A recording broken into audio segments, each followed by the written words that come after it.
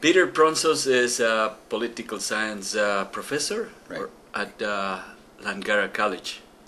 And Peter, you have written a paper called Plan B. Right. Strategy to End War and Poverty. Right. It's a very modest proposal. All right. Well, it's a plan. So let's examine the plan. Okay. You claim first that the majority of Canadians agree that every war is insane.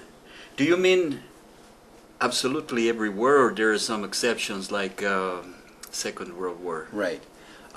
What I'm actually trying to claim there, and this doesn't apply just to Canadians, but to most people, and including American citizens, is the idea that most people despise the idea of war. Now, that doesn't mean that sometimes you might have to protect yourself. That's something different. But the idea of going to war to settle disputes is unacceptable to the great majority of people in the world, and yet it happens way too frequently. So my point is that it doesn't take a great effort to convince people that war is not a solution.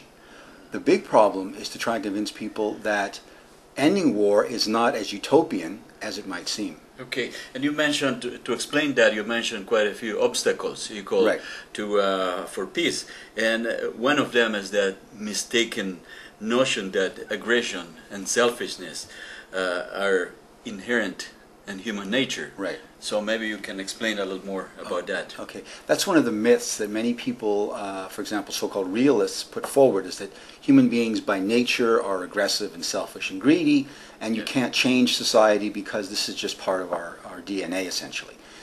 The science, whether you look at psychology, neuropsychology, anthropology, and so on, shows just the opposite.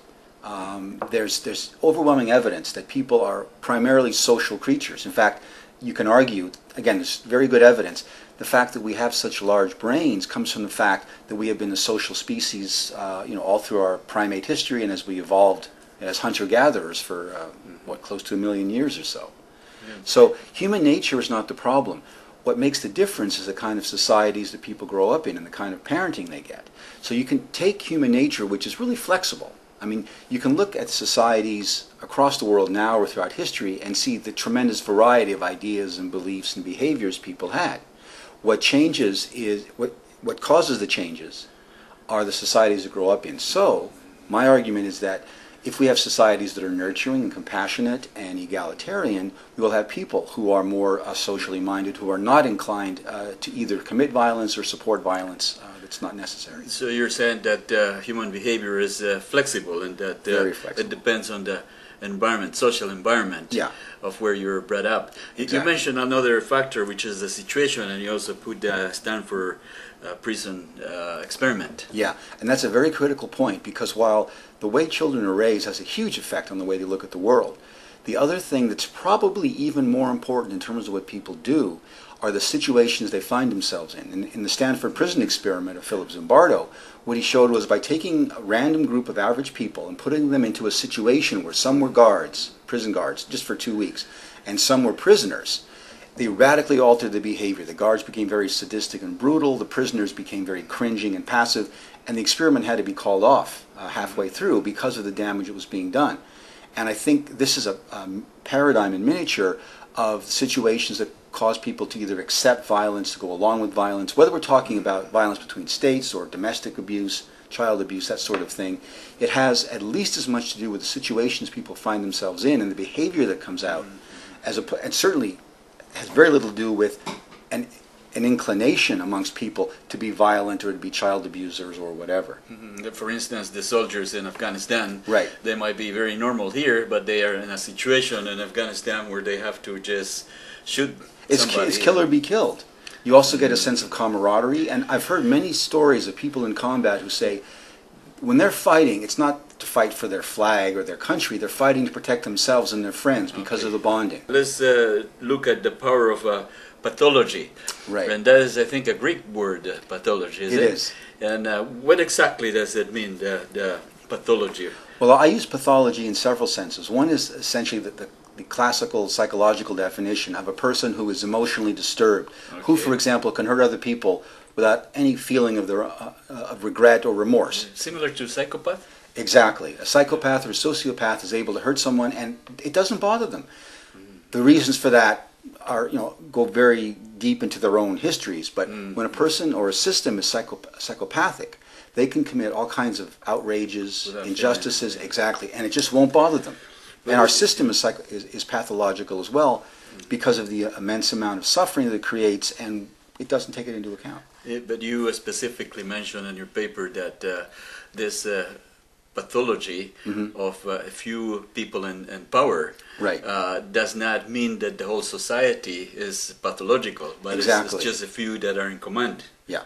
There's a point that was made very clearly by an anthropologist named William Miller, who stressed that it is not, as he put it, the pathology of the many that's the problem. In other words, it's not human nature which is psychopathic and doesn't care about other people. In fact, again, neuroscience shows that our brains are literally hardwired to feel compassion for others. What he says is we have a pathological economic and political system, which is bad enough, but it tends to select the most pathological among us. One of the people who have done the most to discuss how we are hardwired to connect is an American psychologist named Daniel Goleman. He was here in Vancouver in May, and one of the things he said was that there are a number of psychological types who are pathological, and he mentioned sociopaths, he mentioned narcissists and Machiavellians. Anyway, the pathology of few are making the whole society dysfunctional. Exactly. Exactly. They make our own domestic societies dysfunctional with homelessness and poverty and lack of adequate medical care. But of course, the point of my paper is they make international society dysfunctional. So we have a situation where the world spends over $1.2 trillion a year on making war and preparing for war. And yet we have something like 50 million people a year dying from preventable diseases and malnutrition. And I think the most compelling fact about this is that every day, just looking at the effects of hunger, something like 15,000 children die every single day from hunger. That works out to about one child every 6 seconds. In every 6 seconds, the world spends over $120,000 on the military. To me, that's dysfunctional and in fact criminal. So our society is dysfunctional because of a few psychopaths. Or a few psychopaths, and the system itself, which is based on competition and profit above everything else, to me is pathological. There's another point. Before we get there, okay, let me get into Antonio Gramsci. And you mentioned hegemony. It's a difficult word because it's not very popular to understand exactly what do you mean by hegemony. Hegemony, in Gramsci's term, was domination of one idea or group of ideas over others. So a classic example, if you look at, say, the Pharaoh in Egypt, later Roman emperors, and the nobility in Europe in the Middle Ages, they claimed to be ruled by divine right. They were appointed by God, or in fact, some cases in the pharaohs, they were God.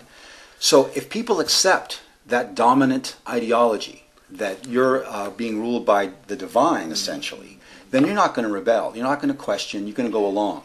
Whether it's truth or not. Exactly. Okay.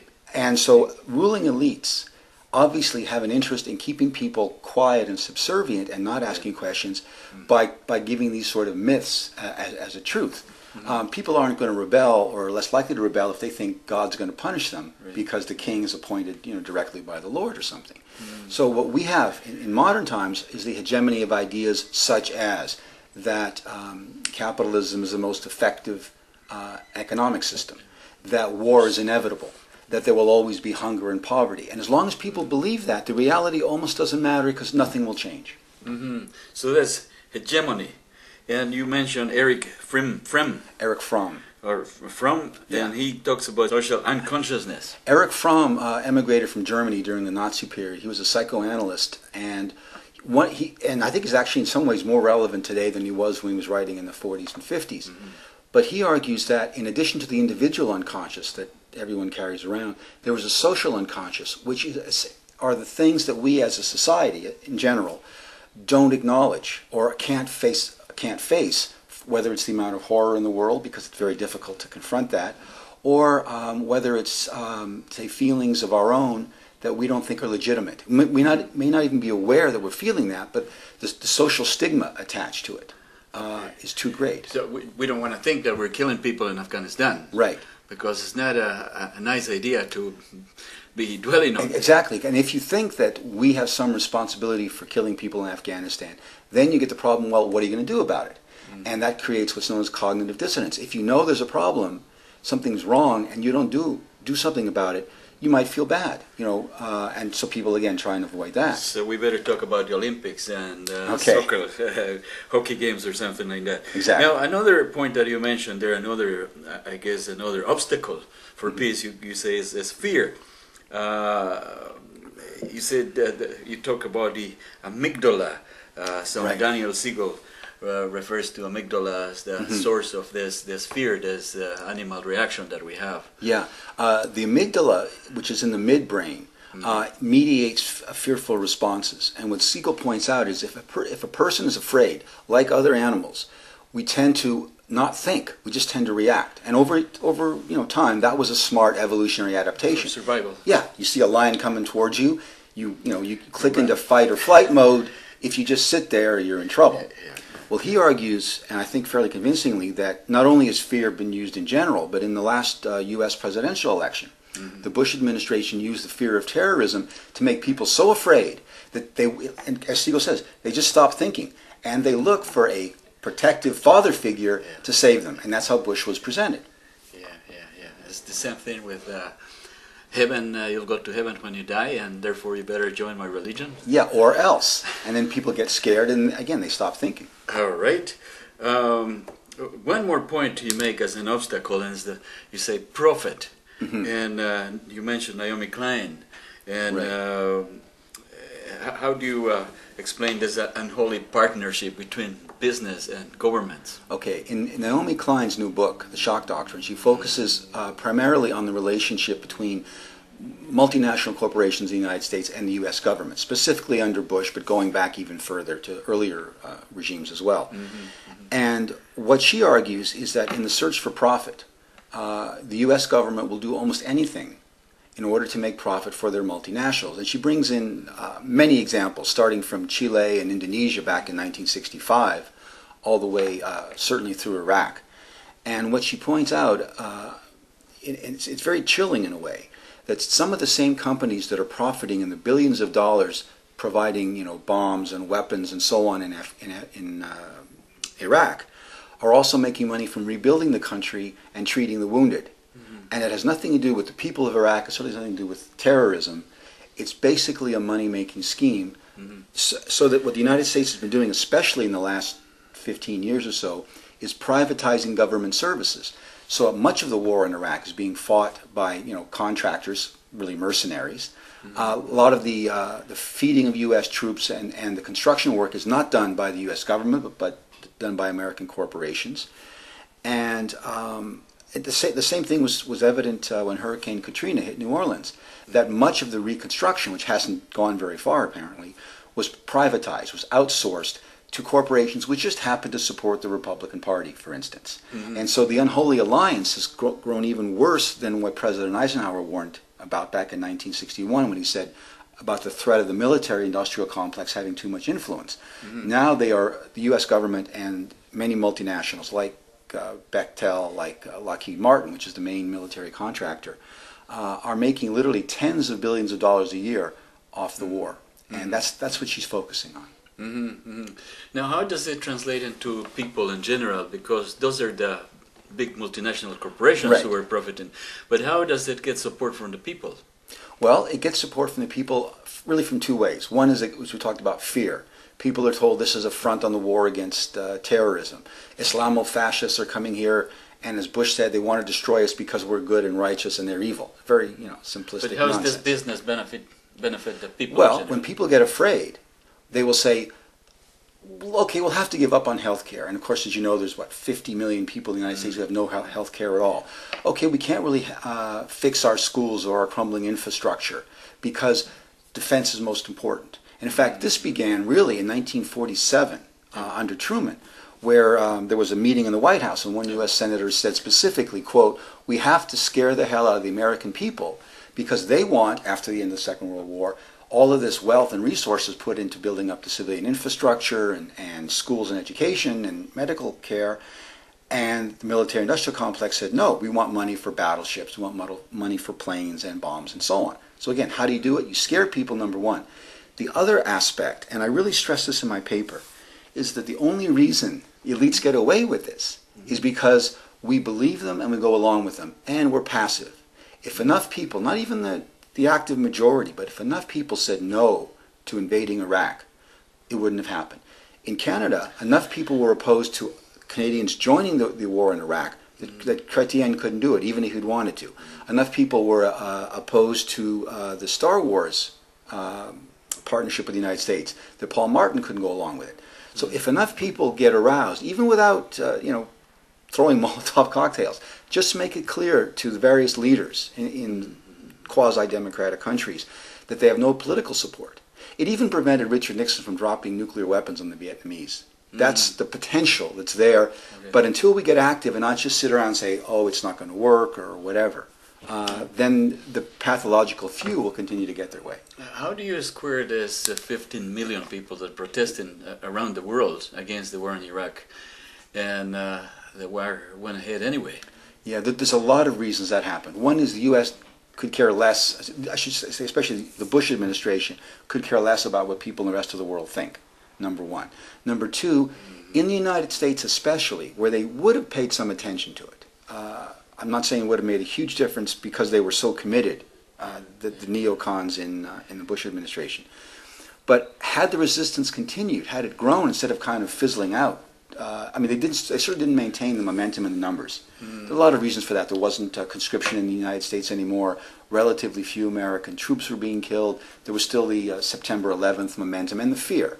So it was up to the people of the United States primarily to put an end to that war or to impeach Bush. None of that has happened. No. Do you think there's not enough people opposing it in the United States? Well, there is, but as I said, they're too passive and or they think, well, there's no point. And that's a self-fulfilling prophecy. If you think there's no point to protesting the war, there's no point to electing peace candidates, then, and people have other things to do. They got to feed their kids, they got to get some sleep. So if there's no point and there's no hope, then what are you going to do? Well, I interviewed some politicians, or politicians want to be during elections. And when I mentioned to them now polling, and I say, why don't you go and register and vote for social issues? They say, well, it's a good idea, but working people don't have the time to be checking on the social issues all the time, And I figure, well, that's why we have what we have. Because we don't want to spend the time looking at social issues, and we let somebody else decide for us, and then we can't complain unless we take the time. There's a lot of truth to that, and there's a lot of truth to the fact that many working people, again, have very little time to even research the various issues. And again, when you have this ideological hegemony, and it's common sense that our government is only in Afghanistan for the noblest of reasons and so on, it's hard to get people to even think it's important. On the other hand, it seems to me that one of the things that discourages people from getting involved is they look at the situation and say, well, I can't make much of a difference. So why try?